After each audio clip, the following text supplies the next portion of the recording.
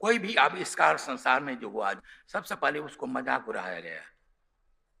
Aeroplane, rocket, rocket वो जो कहा कि शून्य आकाश में रॉकेट जा सकते हैं। तो लोगों ने उस समय में न्यूयॉर्क टाइम का एडिटर जो था, उसने बहुत व्यंग कसा उस व्यक्ति पर और कहा कि ये जो है,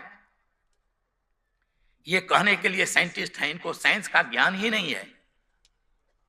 लेकिन जब रॉकेट सबसे पहले जब शुरू हुआ तो उन्होंने माफी मांगा वो एडिटर ने। तो इसी तरह से जगदीश चंद्र बसु ने जब ये खोज की हुई है कि जो पेड़ पौधे में उसमें भी प्राण है, उसमें भी जान है, उसको भी दुख होता है, उसको भी आनंद का अनुभव होता है, उसको भी सुख दुख का अनुभव होता है। तो वेस्ट के वैज्ञानिक लोग, जो पश्चिम के वैज्ञानिक लोग जो थे, उन्होंने बहुत मजाक उड़ाया उनको। उन्होंने कहा कि एक इंडियन जाएगा ने, इसके बुद्धि खोपड़ी भी उल्टी है, ऐसे शब्द का प्रयोग किया था उन्होंने।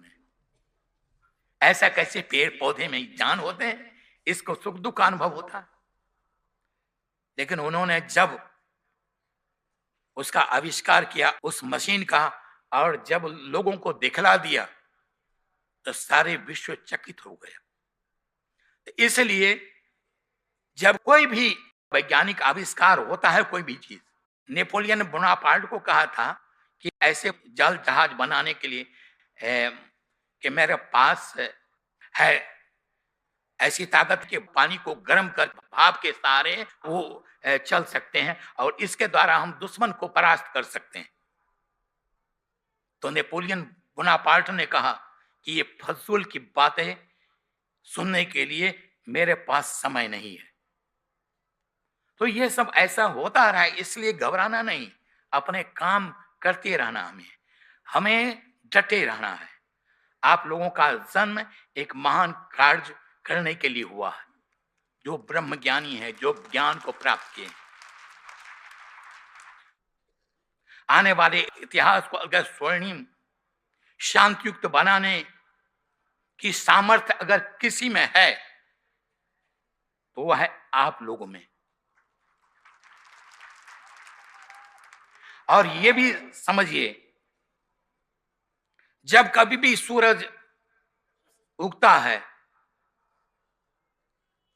सूरज जब उगता है उत्तर दक्षिण या पश्चिम में नहीं उगता है, वो पूरब में ही उगता है और वहीं से सारे सबको प्रकाश देता है। तो इसलिए ये युग परिवर्तन की बातें ये सब बेकार लगती है, उनको असंभव लगता है, लेकिन कोई भी चीज असंभव नहीं है। ब्रह्मज्ञानी के लिए कोई भी असंभव नहीं है।